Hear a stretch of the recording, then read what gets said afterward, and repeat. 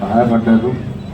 ఈ సమావేశానికి వచ్చిన 3 పార్టీల కార్యకర్తలకి, కార్యవర్గ సభ్యులకి అందరికీ కూడా ఈరోజు ఉగాది శుభాకాంక్షలు. ఈ ఉగాదితో మనకి పీడకలు అయిపోతాం. ఇక నుంచి రేపటి నుంచి మనం యుద్ధంలోకి వెళ్తా ఉన్నాం. యుద్ధంలోకి వెళ్ళేటప్పుడు విజయమే మన సత్యం, అందులో అనుమానమే లేదు. జగన్ సిద్ధం అంటా ఉన్నాడు కదా, జగన్ సిద్ధమే, అతని ఇంటికి పోవడం సత్యం, అందులో కూడా డౌట్ లేదు. అయితే ఇక్కడ చిన్న మన నాయకులు కొంతమంది చెప్పారు కదా, నేను స్వతహాగా భారత రాజ్యాంగం ప్రకారం ప్రజాస్వామ్యంలో ఒక కుల ప్రాతిపదిక మీద, మత ప్రాతిపదిక మీద నాయకులు రాకూడదు.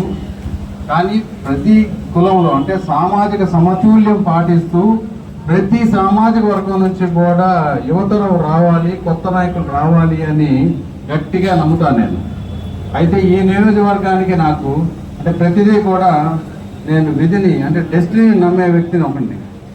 అయితే నాకు భగవంతుడు అన్నీ ఇచ్చాడు, నాకు ఏది తక్కువ లేదు. భగవంతుడు నిర్ణయం ప్రకారం ఈరోజు ఈ పశ్చిమ నియోజకవర్గంలో నేను వచ్చి కంటెస్ట్ చేస్తా ఉన్నా. భారతీయ జనతా పార్టీ అధిష్టానం కానీ, తెలుగుదేశం కానీ, జనసేన కానీ. మొన్న నేను పవన్ కళ్యాణ్ గారిని కలిసినప్పుడు నిజంగా మీరు త్యాగమూర్తి అండి. అనేక సందర్భాల్లో భారతీయ జనతా పార్టీతో అనేక సమావేశాలు ఏం జరిగిందో నాకు బాగా తెలుసు. పొత్తు వదల విక్రమార్కుల్లాగా ఈ మన పొత్తు కోసం ఆయన చాలా కష్టపడి కాంప్రమైజ్ అయ్యి చివరికి వాళ్ళ అన్న నాగబాబు గారి సీటు కూడా త్యాగం చేశారు. చేసి మన ఆంధ్రప్రదేశ్ ప్రజల కోసం, ఆంధ్రప్రదేశ్ రాష్ట్ర అభివృద్ధి కోసం ఆయన ఒక త్యాగమూర్తిగా చేసి 24 ఎలక్షన్స్లో, ఎందుకంటే రాజకీయాలు governments are permanent in nature, people will come and go, వస్తుంటారు. కాబట్టి పవన్ కళ్యాణ్ గారు కొత్త వరవడిలో వచ్చే నాయకుడు. యువతి యువకులు ఇంకా పైకి రావాలి, రాజకీయాల్లో కూడా ఒక సమర్థత, సామర్థ్యం, ఒక నిబద్ధతతో ఉండి రావాలి అని చెప్పి నేను తెలుగుదేశం పార్టీలో 15 సంవత్సరాలు చాలా క్లోజ్గా పనిచేశాను. అందరినీ కూడా ఆ విధంగానే నేను ట్రైన్ చేసేవాడిని, అందరికీ కూడా చెప్పేవాడిని. అంటే ఇప్పుడు ప్రస్తుతానికి రాజకీయాల్లోకి వచ్చి పాపులర్ అయిపోవడం అనేది జరగకూడదు. రాజకీయాల్లోకి వచ్చిన వాళ్ళు యువతి యువకులు డెఫినెట్గా సొంత కాళ్ళ మీద, సొంత ఒక సిద్ధాంతాన్ని నమ్ముకొని వాళ్ళ కాళ్ళ మీద వాళ్ళు నిలబడే విధంగా ఫైనాన్షియల్ స్టెబిలిటీ అనేది తెచ్చుకోవాలి. రాజకీయాలకు వచ్చి ఆగమైపోకూడదు. అయితే అలాంటి వాళ్ళే న్యాయం చేయగలరు. ఈరోజు నేను ఆలోచిస్తూ ఉంటే పశ్చిమ నియోజకవర్గం ఉన్న 4-5 రోజుల్లో నేను తిరిగిన దాన్ని బట్టి పశ్చిమ నియోజకవర్గంలో అన్ని భారతదేశంలో ఉన్న కుల మతాలు అందరూ ఉన్నారు పశ్చిమ నియోజకవర్గంలో. కానీ విజయవాడ, బెజవాడ అంటే ఎప్పటి నుంచో రాజకీయ రాజధాని, వర్తకాన్ని కానీ, రైల్వే జంక్షన్ కానీ అన్నీ ఉన్నాయి. కానీ పశ్చిమ నియోజకవర్గంలో వాళ్ళ స్టాండర్డ్ ఆఫ్ లివింగ్ చూస్తూ ఉంటే మాత్రం చాలా అతి దారుణంగా ఉంది. అయితే ఇందాక వర్మ గారు చెప్పినట్లుగా మీరు కనుక ప్రతి ఒక్కళ్ళు కూడా సమస్యలను అన్నింటినీ రాసుకుంటూ ఉంటే రేపు మన ఎలక్షన్ అయిన మరుక్షణం నుంచి నేను ఆ సమస్యలకి మీరు సమస్యలు తండి, వాటికి సమాధానాలు ఎలా తీసుకురావాలి అనే విధంగా నేను పనిచేస్తానని చెప్పి ఈ సభాముఖంగా మీ అందరికీ మనవి చేస్తా ఉన్నాను. పర్టికులర్గా యువతి యువకులకి వాళ్ళు సొంత కాళ్ళ మీద వ్యాపారం చేసుకుంటారా,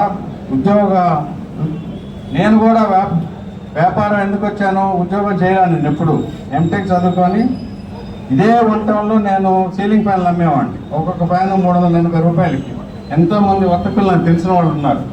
అక్కడి నుంచి వచ్చి కష్టపడి 35 సంవత్సరాల్లో ఈ స్థాయికి వచ్చాను. నాకు రాజకీయం అనేది నా కెరియర్ కాదు. రాజకీయం అనేది సర్ప్రైజ్గా అందులో రావడం జరిగింది. చంద్రబాబు నాయుడు గారు సెలెక్ట్ చేశారు. ఇప్పుడు కొంతమంది చాలామంది అంటుంటారు, ఏముందిలే ఆయన కమ్మ సమాజ వర్గానికి సంబంధించిన వాడు కాబట్టి చంద్రబాబు నాయుడు గారు ఇచ్చారు, లేకపోతే నన్ను డబ్బులు పెట్టాడు. కమ్మ సమాజ వర్గంలో బోలంత మంది ఉన్నారు, డబ్బులు నాకంటే ఎక్కువ పెట్టేవాళ్ళు చాలా మంది ఉన్నారు. ఆ విషయంలో చంద్రబాబు నాయుడు గారు నేను సిద్ధాంతపరంగా నేను వెళ్ళి ఒక నేషనల్ పార్టీకి వెళ్ళాలి, నాకు ఇక్కడ కుదరదు అన్నప్పుడు అప్పుడు మెంటార్ అరుణ్ జైట్లీ గారు అని చెప్తే నేను పార్టీ మారడం జరిగింది. అంతేగాని తల్లి తండ్రి గురువు దైవంతో సమానం అన్నట్లుగా చంద్రబాబు నాయుడు గారు నాకు ఎప్పుడూ రాజకీయ గురువు గారే.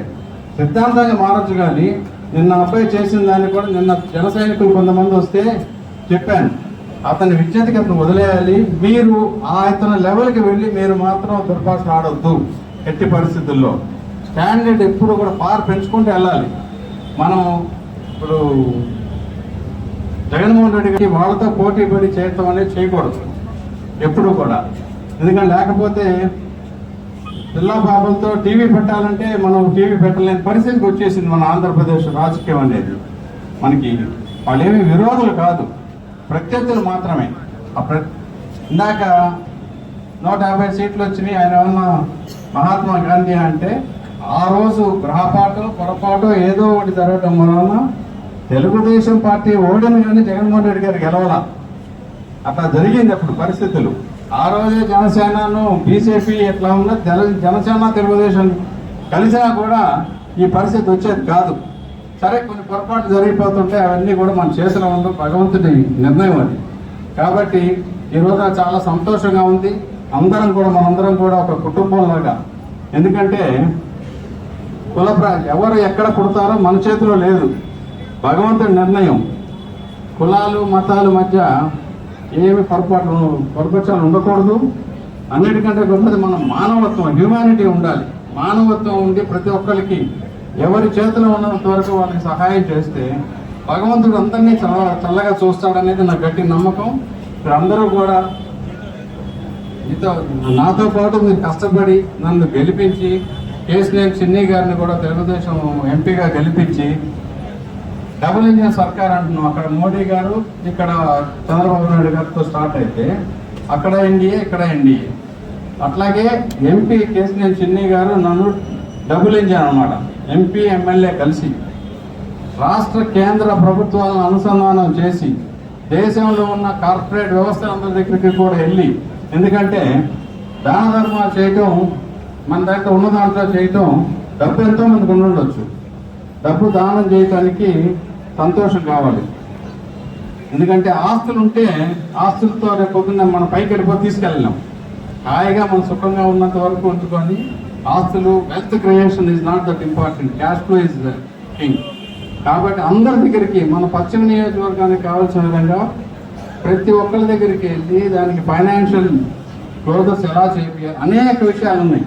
వారు ఇందాక రోడ్డు విషయం చెప్పారు. అట్లా చూస్తే సీవేజ్ సిస్టమ్ కానీ, వాటర్ సిస్టమ్ కానీ, ఓవర్ హెడ్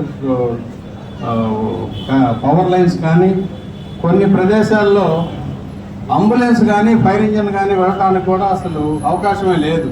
చాలా భయంకరంగా ఉంది. అలా దుర్భర స్థితిలో ఉన్నారు అక్కడ నివసించే విధానం చూస్తూ ఉంటే. కాబట్టి వీటన్నిటికీ ఆలోచిస్తూ ఉంటే స్కూల్స్ అన్నారు, చాలా ఆశ్చర్యం వేసింది. అసలు ఇంత సెంట్రల్ గవర్నమెంట్ ఎంప్లాయీస్ ఉన్నారు, కేంద్రీయ విద్యాలయాలు, నవోదయ స్కూల్స్. నేను 12 సంవత్సరాలు రాజ్యసభగా చేసినప్పుడు అనేక చోట్లకి అనేక మందికి నేనే రికమెండ్ చేశాను. సీట్లు ఇప్పించడం కాదు, స్కూల్స్ పెట్టించడానికి. కేవలం సైటిస్ట్కి బిల్డింగ్ ఇస్తే సెంట్రల్ గవర్నమెంట్లో స్కీమ్స్ ఉన్నాయి అంటే దాన్ని బట్టి ఇక్కడ ఏ ప్రజానాయకుడు కూడా, ప్రజాప్రతినిధి కూడా ఒక పద్ధతిలో ఎవరు అడిగిన పాపాన పోయినట్టుగా కనపడలేదు నాకు. ఎందుకంటే 5 సంవత్సరాల నుంచి నేను చూశాను, ఈ వైఎస్ఆర్సీపీ ఎంపీలు ఎవరూ కూడా రాష్ట్రం కోసం కేంద్ర ప్రభుత్వంలో ఒక్క విషయం కూడా అడిగిన దాఖలాలు లేవు. అట్లాగే ఇక్కడ కొంతమంది